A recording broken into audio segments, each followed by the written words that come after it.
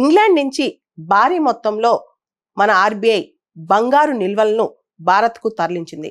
దాదాపు 100 టన్నులకు పైగా మన బంగారు నిల్వలు ఇంగ్లాండ్లో ఉన్నాయి, బ్యాంక్ ఆఫ్ ఇంగ్లాండ్ దగ్గర. భారతదేశమే కాదు, రకరకాల దేశాల్లో సెంట్రల్ బ్యాంకులు వాళ్ళ బంగారు నిల్వలను ఇతర దేశాల్లో పెడతాయి, ముఖ్యంగా బ్యాంక్ ఆఫ్ ఇంగ్లాండ్ దానిలో. అయితే అక్కడ మెయింటెనెన్స్ ఛార్జెస్ కానీ, మనం అక్కడ కట్టాల్సిన బంగారం వాళ్ళు సేఫ్ చేసినందుకు చాలా డబ్బులు కట్టాల్సి వస్తుంది అనమాట. ఇప్పుడు ఆర్బీఐకి ఆ ఖర్చు అంతా తగ్గిపోద్ది. మనకు తెలుసు ఆర్బీఐ హెడ్ క్వార్టర్స్ ముంబైలో ఉన్నాయి. తర్వాత రకరకాల ప్రాంతాల్లో ఆర్బీఐ కార్యాలయాల్లో మన దేశంగా ఉండే బంగారు నిల్వలు ఉంటాయి. 1991 తర్వాత ఇంత భారీ స్థాయిలో బంగారాన్ని మన దేశానికి తిరిగి తరలించుకోవటం ఇదే మొదటిసారంట. దీనికోసం ప్రత్యేకమైన విమానాన్ని పెట్టి మరి చాలా భద్రత తీసుకెళ్లి మన బంగారం మనం తిరిగి తీసుకొచ్చుకున్నాం. కొన్ని సంవత్సరాలుగా రిజర్వ్ బ్యాంక్ ఆఫ్ ఇండియా భారీ ఎత్తున బంగారం కొనుగోలు చేస్తోంది. ఇంత కొనుగోలు చేసినప్పుడు ఏ బంగారం ఎక్కడ పెట్టాలనే దాని మీద కొంత బయట దేశాల్లో కూడా మనం మన బంగారు నిల్వలు పెడుతుంటాం.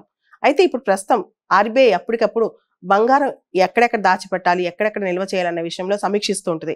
ప్రస్తుతం ఉన్న పాలసీలో భాగంగా మన బంగారాన్ని మనం బయట నుంచి కొంత వెనక్కి తీసుకొచ్చుకుంటున్నాం. 2024 మార్చి నెల ముగిసే నాటికి మన ఆర్బీఐ వద్ద 822.1 టన్నుల బంగారం ఉంది. దీంట్లో 413.8 టన్నుల బంగారం ఇతర దేశాల్లో నిల్వ చేసి ఉంది. అంటే మన దగ్గర ఉన్న బంగారంలో సగం పైగా ఇతర దేశాల్లోనే ఉందన్నమాట. అంటే మన దగ్గర ఉన్న బంగారంలో దాదాపు సగం ఇతర దేశాల్లో నిల్వ చేసి ఉందన్నమాట. ఈ బంగారానికి సంబంధించి ఇంగ్లాండ్ నుంచి ఇండియాకి రవాణా చేయటం, తర్వాత దానికి సంబంధించిన సేఫ్టీ, ఇవన్నీ అంత మామూలు విషయాలు కాదు. కొన్ని నెలల ప్రాసెస్ ఉంటుంది అనమాట దీనికి.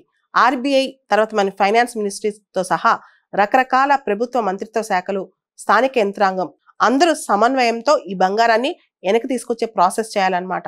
ఈ బంగారాన్ని వెనక్కి తీసుకొచ్చేందుకు తొలుత ఆర్బీఐ ఆర్థిక శాఖ నుంచి కస్టమ్స్ ఎగ్జామ్షన్ తీసుకుంటుంది అనమాట. కానీ సాధారణంగా అన్ని దిగుమతులపై వర్తించే ఐజీఎస్టీ మాత్రం మన ఆర్బీఐ బంగారానికి మాత్రం తప్పలేదన్నమాట. అంటే స్టేట్ గవర్నమెంట్స్ కి వీళ్ళు పంచుకోవాల్సిన, రాష్ట్రాలకు పంచుకోవాల్సిన ట్యాక్సెస్ మాత్రం కొంత చెల్లించాల్సి వచ్చింది ఐజీఎస్టీ ద్వారా. భారతదేశంలో అసలు ఫారెక్స్ రిజర్వ్స్, విదేశీ మారక నిల్వలు అంటే ఏంటో ఇక్కడ మనం తెలుసుకోవాలి. ఒక దేశం దగ్గర ఉన్న విదేశీ కరెన్సీస్, దాంతో పాటు స్పెషల్ డ్రాయింగ్ రైట్స్, ఐఎంఎఫ్ దగ్గర ఉన్న మన ఎస్డిఆర్స్, దాంతో పాటు మన బంగారు నిల్వలు, ఇవన్నీ కూడా మన విదేశీ మారక నిల్వలు ఫారెక్స్ రిజర్వ్స్ లోకి వస్తాయి. దీనికి సంబంధించి యూపీఎస్సీలో 2013లో ప్రిలిమ్స్ క్వశ్చన్ కూడా వచ్చింది.